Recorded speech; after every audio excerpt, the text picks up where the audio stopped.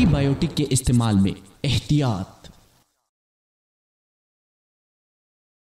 تندرستی ہزار نعمت ہے اور پرہیز علاج سے بہتر ہے۔ یہی وجہ ہے کہ انسان بیماری سے فوری نجات کا طلبگار ہوتا ہے اور اس لیے علاج بھی ایسے ہی ڈاکٹر سے کروانے کو ترجیح دیتا ہے جو انہیں ایسی دوا تجویز کرے کہ جس کی بدولت اسے فوری آرام آ جائے۔ مریضوں کی اسی خواہش کے پیش نظر اکثر ڈاکٹرز اینٹی بایوٹک ادویات سے ہی علاج کرتے ہیں تاکہ ان کی بیماری فوری طور پر ختم ہو جائے اور ڈاکٹرز پر ان کا اعتماد بھی بحال رہے۔ دوسری طرف جعلی ڈاکٹروں اور عطائیوں کی لوٹ مار اور بھاری فیسوں کی وجہ سے اکثر لوگ بغیر کسی میڈیکل چیک اپ کے خود ہی عام ادویات یا اینٹی بایوٹک استعمال کرتے رہتے ہیں، جبکہ لوگوں کی اکثریت اینٹی بایوٹک ادویات کے مابعد اثرات سے قطعاً کوئی آگاہی نہیں رکھتی، جبکہ ڈاکٹر حضرات کا زور بھی اینٹی بایوٹک ادویات کے استعمال پر مرکوز رہتا ہے۔ واضح رہے کہ گزشتہ 30 سالوں میں علاج معالجے کے سلسلے میں بے دریغ اینٹی بایوٹک کا استعمال انسانی جانوں کے لیے عذاب کی صورت اختیار کر چکا ہے۔ ضرورت سے زیادہ کم یا غلط اینٹی بایوٹک ادویات استعمال کرنے کے انتہائی خطرناک نتائج سامنے آنا شروع ہو گئے ہیں،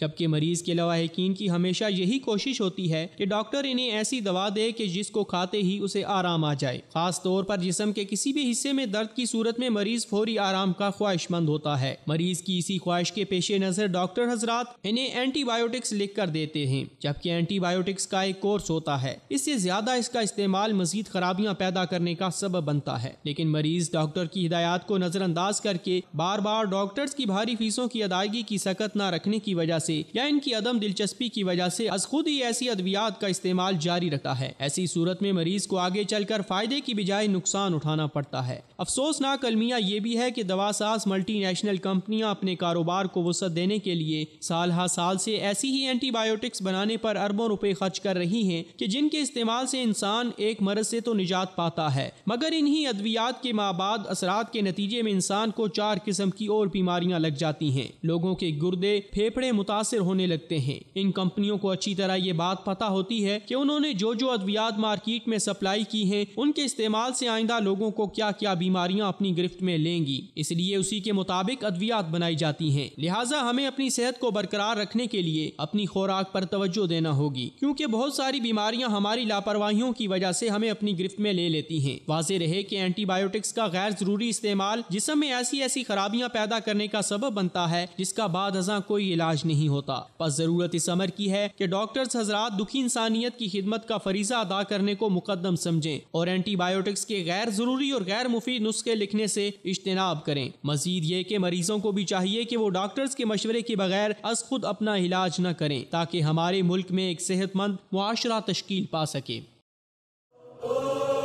ہر ظلم کے خلاف پہلی آواز، مثال اردو۔